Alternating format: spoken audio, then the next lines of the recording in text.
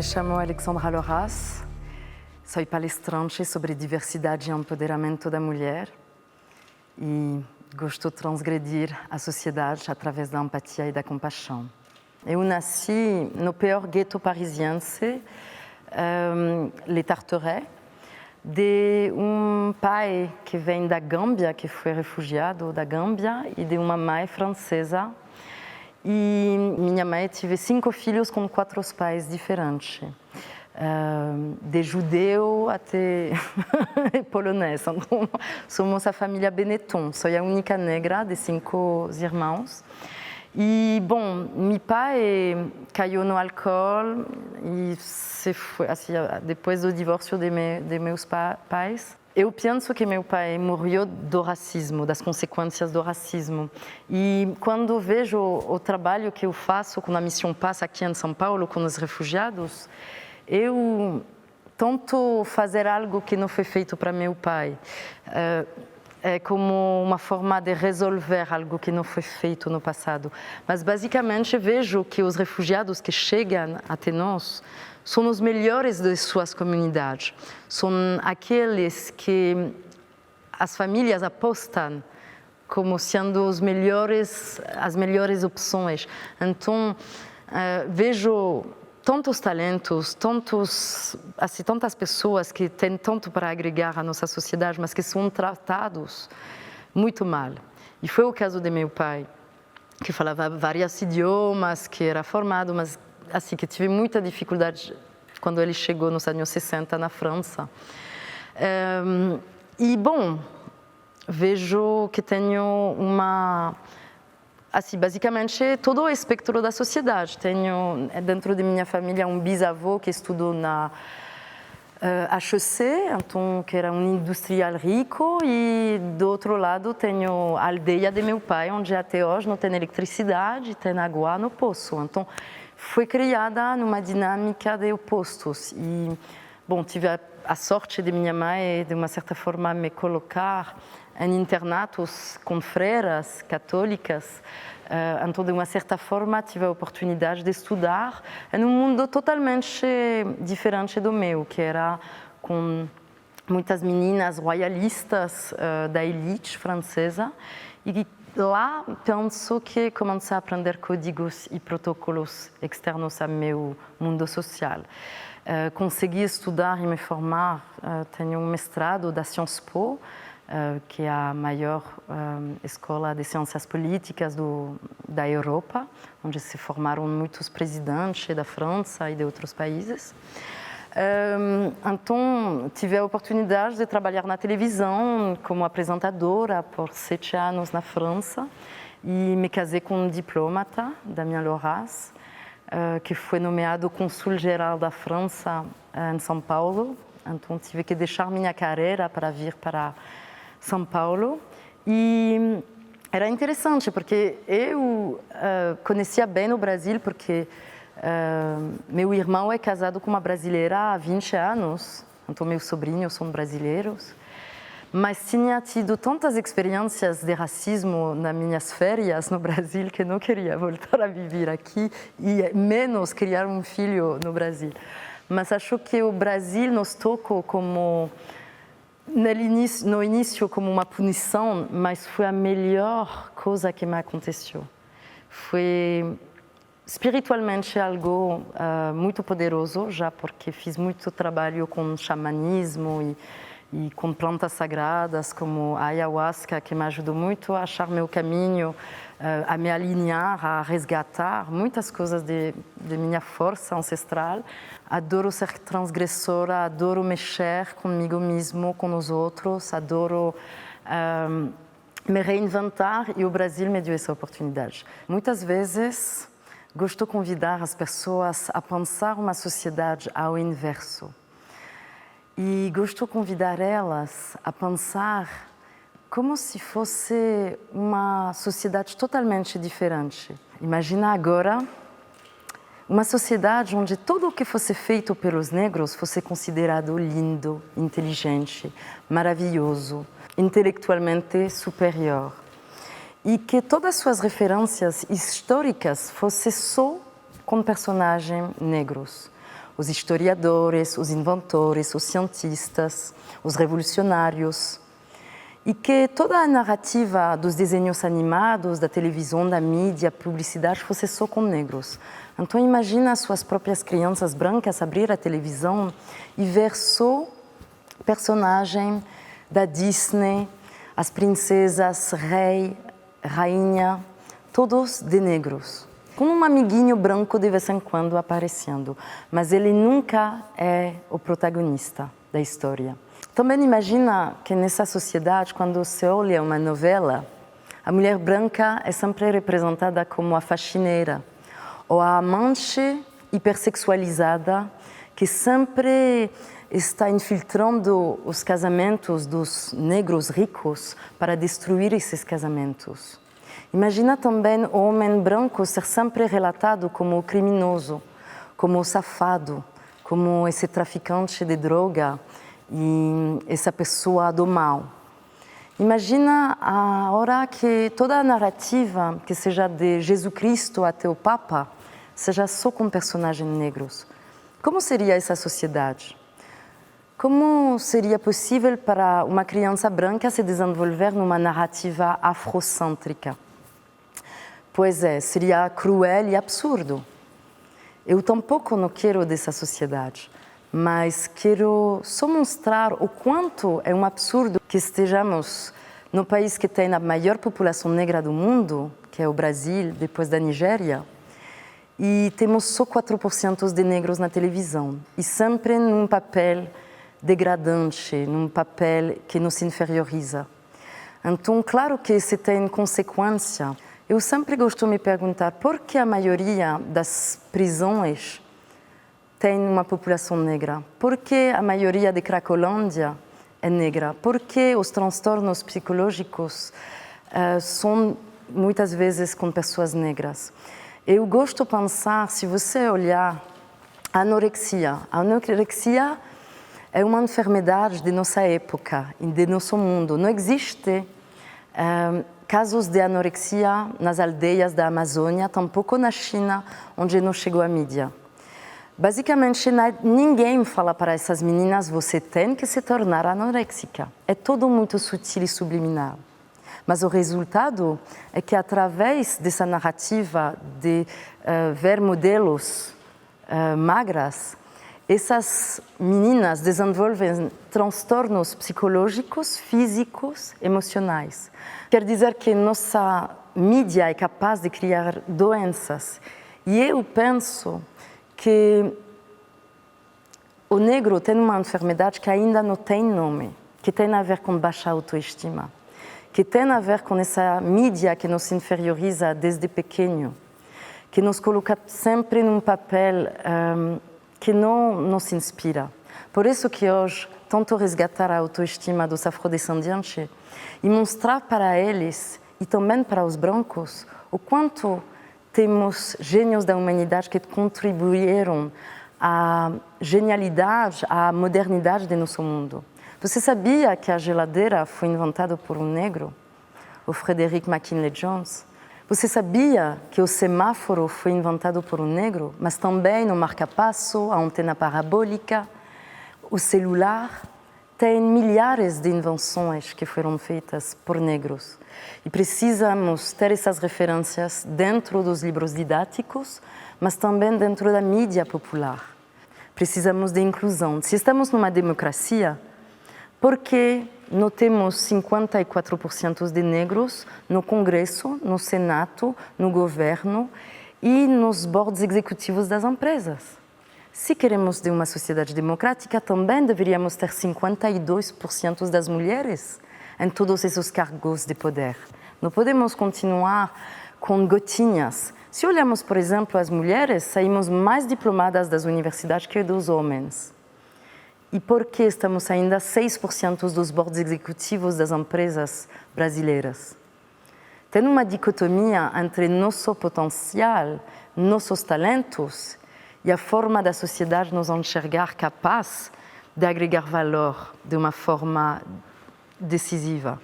Por isso que precisamos debater sobre isso, enxergar nosso próprio preconceito e enxergar que somos todos racistas. Ninguém quer se sentir racista. Mas a verdade, somos criados numa sociedade muito racista e preconceituosa. Então somos bombardeados o tempo todo com uma narrativa que inferioriza o negro. Tem um estudo que mostra que 98% da população brasileira já viu alguém ser racista com alguém. Mas 97% da população brasileira não se acha racista. É lindo pensar na meritocracia, é lindo pensar que estamos num mundo de ossinhos carinhosos, mas infelizmente estamos num mundo que é muito preconceituoso, onde mesmo um homem branco vai sempre favorecer outro homem branco que talvez estudou na FGV, porque ele estudou na FGV, então vai ser a zona de conforto dele.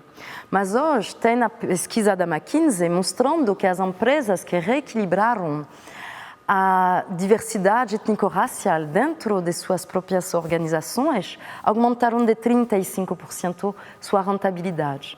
Por que isso? Porque, basicamente, se você deixa só homens brancos da FGV, PUC e McKinsey desenvolvendo todas as campanhas, os produtos, as publicidades para o mercado brasileiro, como eles vão conseguir atingir os 70% dos analfabetos funcionais e 80% das pessoas que estão vivendo com menos de R$1.500 por mês? Como eles vão conseguir falar com as pessoas dentro das favelas, da periferia? Então, hoje estamos enxergando que essa diversidade, essa questão também é business. O problema do Brasil é que os recursos humanos das empresas é monocromático branco. Então é muito difícil conhecer as redes de intelectuais negros, de acadêmicos negros. E por isso que desenvolvi a plataforma protagonizo.com. E esse aplicativo ajuda os recursos humanos a enxergar que existem milhares de negros que falam inglês, francês, espanhol, que são formados por as melhores universidades do país, que têm se formado no exterior, que têm muito para agregar e que já podem entrar numa frequência de ser recrutados como executivos. Por isso que desenvolvi esse projeto acreditando que quando eu ia palestrar, os recursos humanos sempre me falavam: mas Alexandra, não achamos negros que falam inglês, não achamos negros no LinkedIn, não achamos negros bem formados.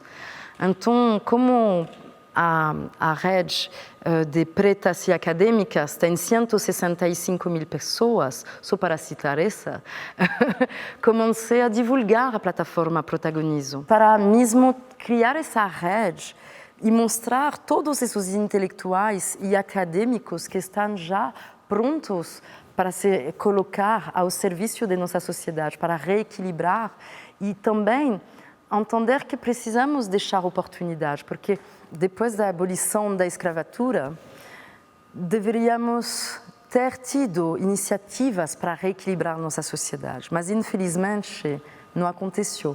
E não foi só a Lei Áurea que ia resolver nossa sociedade. Então, por isso que hoje é importante enxergar que ainda, quando uma criança nasce nessa mesma época, ela vai sofrer de muito preconceito, já por não se ver representada na televisão, não se ver representada nas revistas, nos livros infantis. Eu já enxergo muito preconceito no meu filho que tem 5 anos. O racismo está já penetrando ele. O mês passado ele me falou: quero mudar de mãe, quero ter uma mãe loira. E isso me machucou, claro. Eu mesma estou vivendo de novo algo que me ha passado quando era pequena. Eu não queria ter um pai negro, eu queria um pai normal.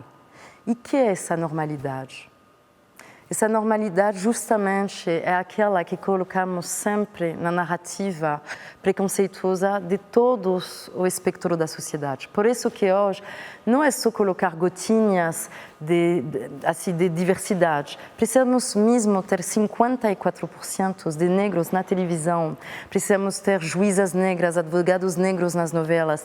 Temos que ter também governadores negros. Temos que ter uma narrativa de ficção que possa mesmo falar de uma sociedade ideal, dessa sociedade que gostaríamos de ver. Porque a partir do momento que o negro vai se enxergar capaz de chegar nessas alturas, ele vai conseguir ir atrás dessas carreiras. Mas até mesmo a televisão entender o quanto ela tem o poder dessa mudança, vamos ficar mesmo nutrindo o negro com uma narrativa que faz ele se enxergar só no papel da faxineira, do segurança, do criminoso. E é tempo mesmo de reformatar nossa sociedade. Não é porque você é branco que pode pensar que esse assunto é menos importante para você. Mesmo o branco hoje tem a chave do jogo. Ele que não contrata, ele que conta as histórias, ele que escravizou. Então, hoje precisamos entender também que o branco de hoje não é responsável por o que aconteceu ontem com a escravidão, mas temos que entender que somos todos responsáveis para reequilibrar nossa sociedade e que essa pauta é de todos nós.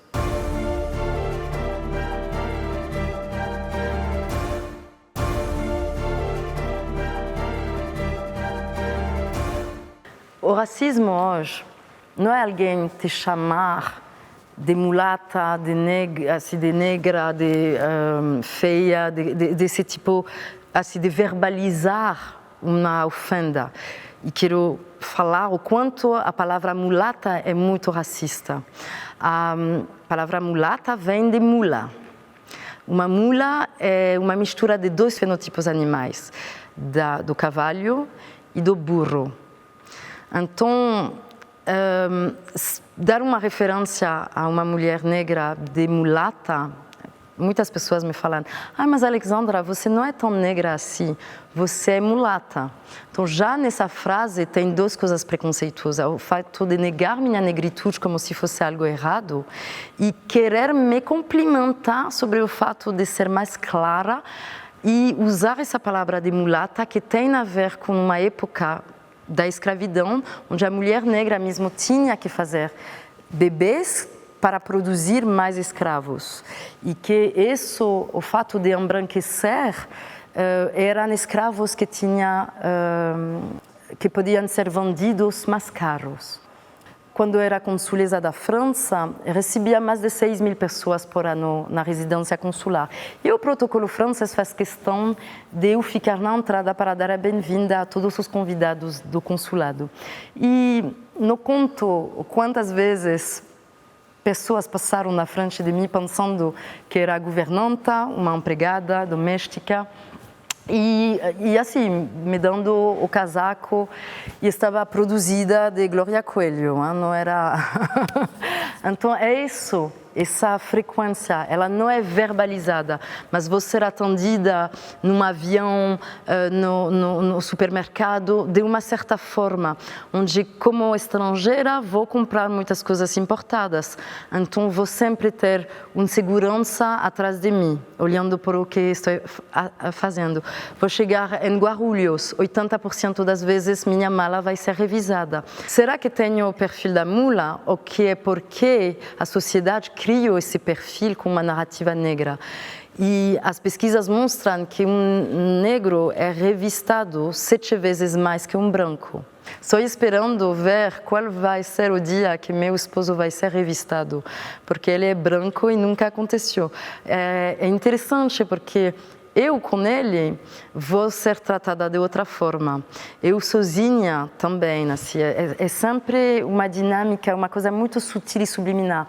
Então, tenho muitos amigos brancos que gostam de negar o racismo no Brasil, gostam mesmo de pensar que está tudo resolvido.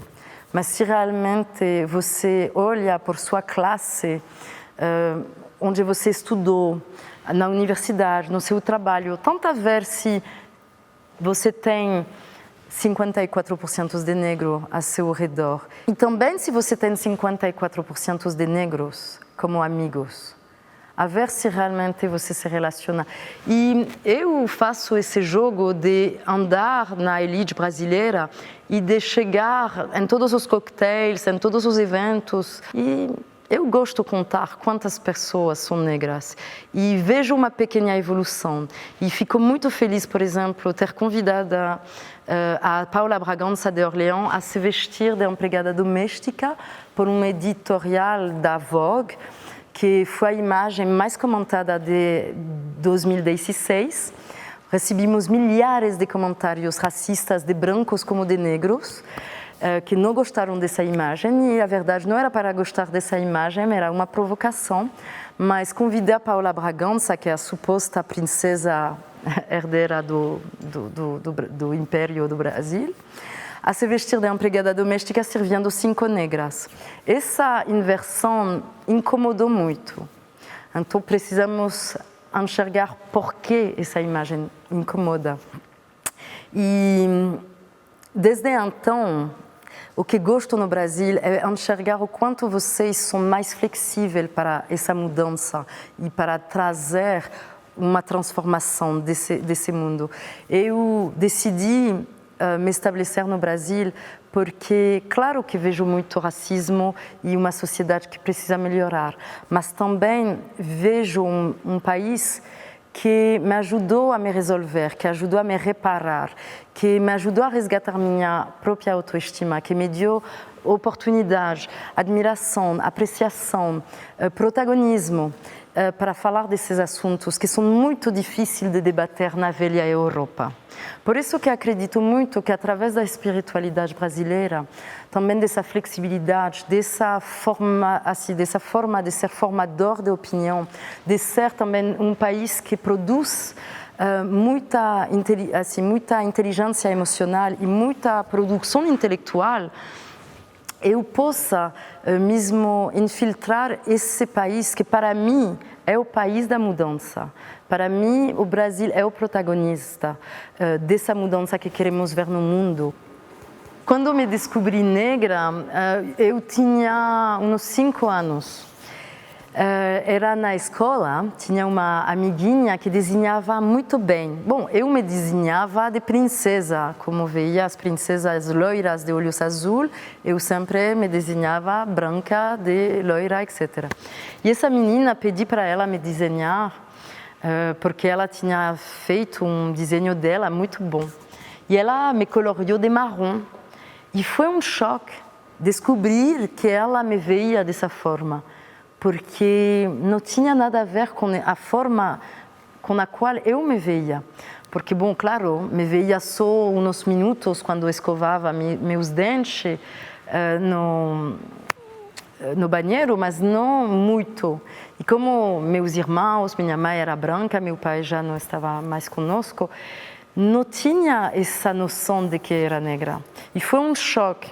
E hoje fico muito feliz de Deus ter me dado esse desafio, porque posso, através da empatia, com minha linda melanina, poder mesmo criar algo onde me sinto útil, onde me sinto capaz de entender o raciocínio de muitas pessoas no espectro da sociedade, no arco-íris dos tons de pele. Por ter viajado muito, por ter vivido em todo o espectro econômico-social da sociedade, porque comecei no gueto parisiense e hoje estou na elite brasileira. Então, claro que não era escrito no meu DNA que ia poder conseguir estar onde estou. Mas o que me incomoda ainda no mundo no qual estou hoje é que não sei até onde vou sempre ser associado a essa mulher negra, hipersexualizada, bonita, que conseguiu se elevar socialmente, que conseguiu se casar com um aristocrata, um homem branco, intelectual, lindo, blá blá blá, poderoso, como se fosse um assalto, como se fosse uma boa sorte para mim, como se fosse... Não, eu penso que o amor vai além de considerações nas quais as pessoas gostam de me colocar. O que me incomoda é ser vista como uma hacker social, quando a verdade, precisamos todos enxergar que merecemos o melhor e merecemos o tipo de vida que nos autorizamos e o tipo de vida que gostaríamos ter. Todos temos essa oportunidade. Mas, claro, vou sempre ser vista como uma mulher que tive muita sorte e que talvez não tem todos os requisitos para merecer o que tenho hoje.